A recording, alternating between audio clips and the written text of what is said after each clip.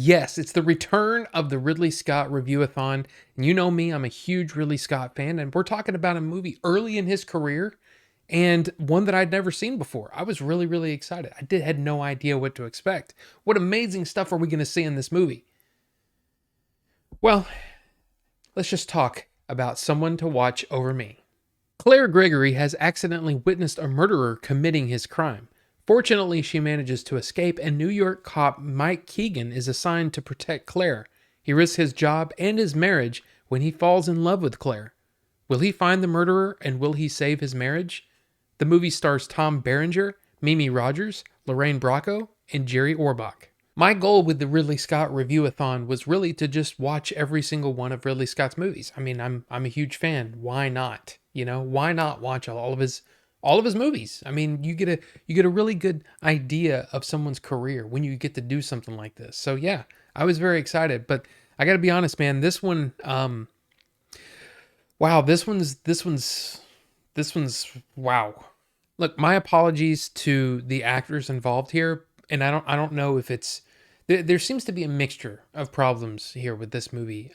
But for me, I feel like the actors were very flat and not very interesting. But I don't know. Maybe that's unfair. So really quickly, Claire witnesses this murder, and Mike Keegan, played by Tom Berenger, is made to basically, hey, we got to watch out for her, make sure that she's okay, and all that stuff. So he's basically sitting outside in her little vestibule, of her amazing studio apartment. I mean, just like insane apartment in New York City, Manhattan. And over time, they start to fall for each other, even though they both know each other's situation. Like, she knows that he's married with a child and all that kind of stuff. She knows that. And he knows that she's involved with this rich guy who doesn't really. I thought they were going to bring him up more often, but he literally disappears, and then we don't see him until the very, very end again. But anyway, yeah, it's a situation where I'm like, okay, you're both adults. What are you doing? What are you doing? And then they end up sleeping with each other, and it's like, it feels really wrong. I felt like the situations that they put themselves in are very like, you keep saying that you want to do the right thing, and then you keep doing the thing that's not good, that's not right. For example, Keegan and his wife, played by Lorraine Bracco, they get in a fight because she basically figures out that there's something going on between him and Claire, right? She's figured it out. And he, of course, he doesn't deny anything. So then she gets really upset and all this stuff. That fight scene is a thing. But then, he's supposed to go back to Claire that night, right? He's supposed to go back and watch over her, right? And he gets his friend TJ to work his shift, and he just kind of walks the streets of New York, and then he just shows up, and then he sleeps with her again. And it's like, I don't understand I don't know. I mean, I guess I'm just not an adulterer, and I don't understand the thinking. But like, you just had a fight, you're upset about it, and then you just go do the thing again? I bring up that scene to talk about this next scene, which I think is probably the best sequence in the entire movie. So the killer, his name is Venza, and he's played by Andreas Katsoulis, who was the one-armed man in the Fugitive movie with Harrison Ford and Tommy Lee Jones, right? It's the same actor.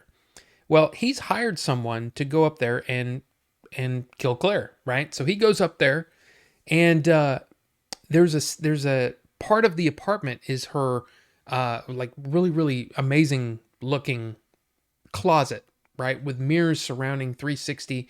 And it's kind of a really cool, especially visually, it just looks interesting. Well, he's in there, and they fight, Keegan and the bad guy that Venza's hired. They have a little shootout, and it's an interesting looking scene, and there's some cool stuff they do with light and all that. But that's the most visually, like, really visually interesting sequence in the whole movie, and that's weird. This movie is like, it feels like something that would just be on like your TV movie of the week, to be honest with you. I don't, I see that there's some 1940s noir kind of attitude to it in a way.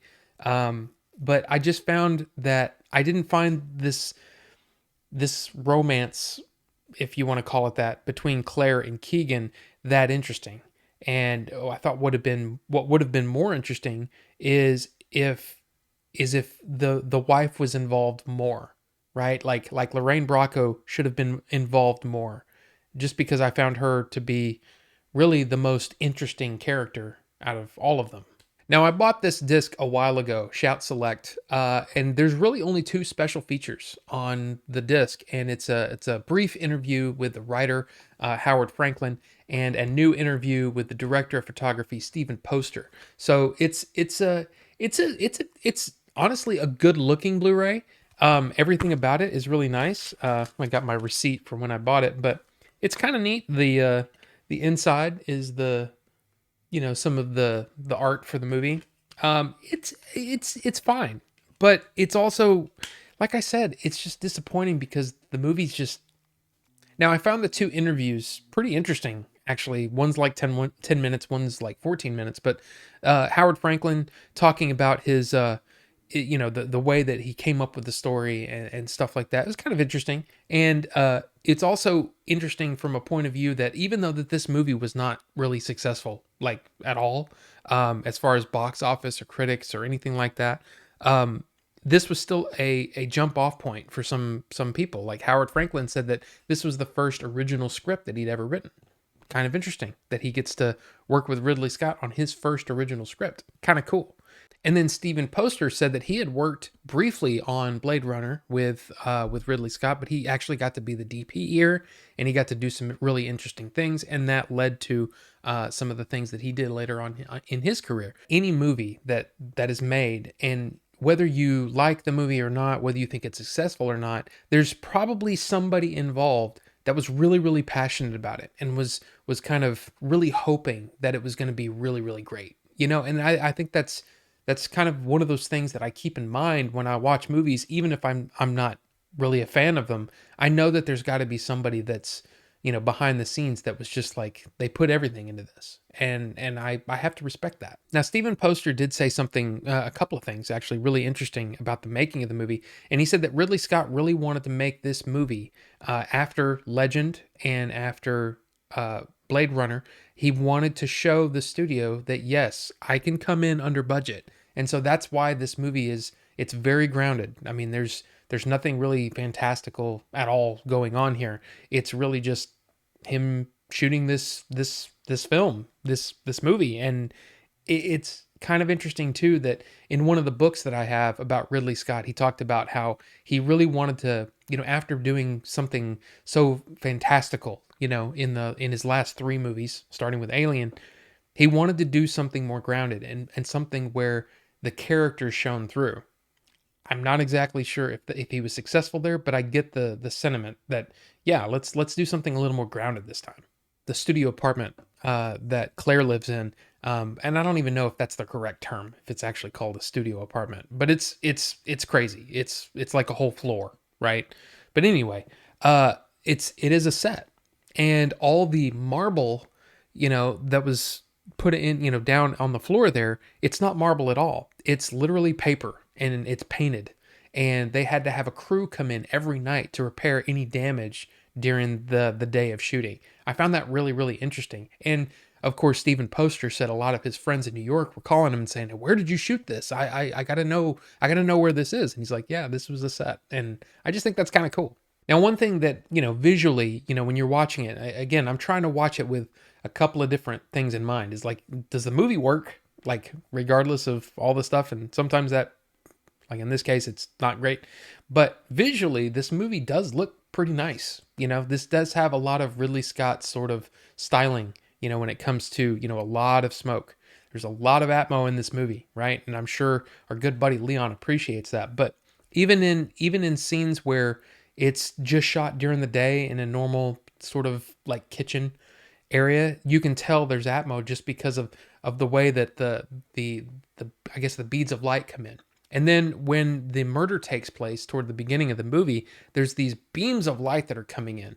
And they used, this was one of the things that Stephen Poster said, is that they put glass down and broken glass. And then when they had somebody moving it, and it was like in a very, very shallow pan of water, and that would come in, the light would come in, and then they would move it, and it would look like moving water on the ceiling and stuff. I thought that was really, really cool, and that might be something I might keep in mind for later. I mean, if I ever make a movie again. So truth is, I gotta be honest, I'm not a huge fan of this movie. I mean, technically, it's sound. It's a sound movie. I'm glad I watched it, but I can't really recommend it to anybody unless you're just a fan of looking at Ridley Scott stuff. But yeah, I feel like it's like a 2 out of 4. I mean, that's probably being generous because, like I said, it felt like a TV movie to me. But look, I'm sure there's people out there that are fans of this movie. So let me know down below if you are and if you've seen this movie or if you want to see this movie now. Let's talk about it down in the comment section. So thank you all so much for watching, and we'll see you on the next one. What amazing stuff are we going to see in this one? Let's just talk about, I forgot the name of the movie.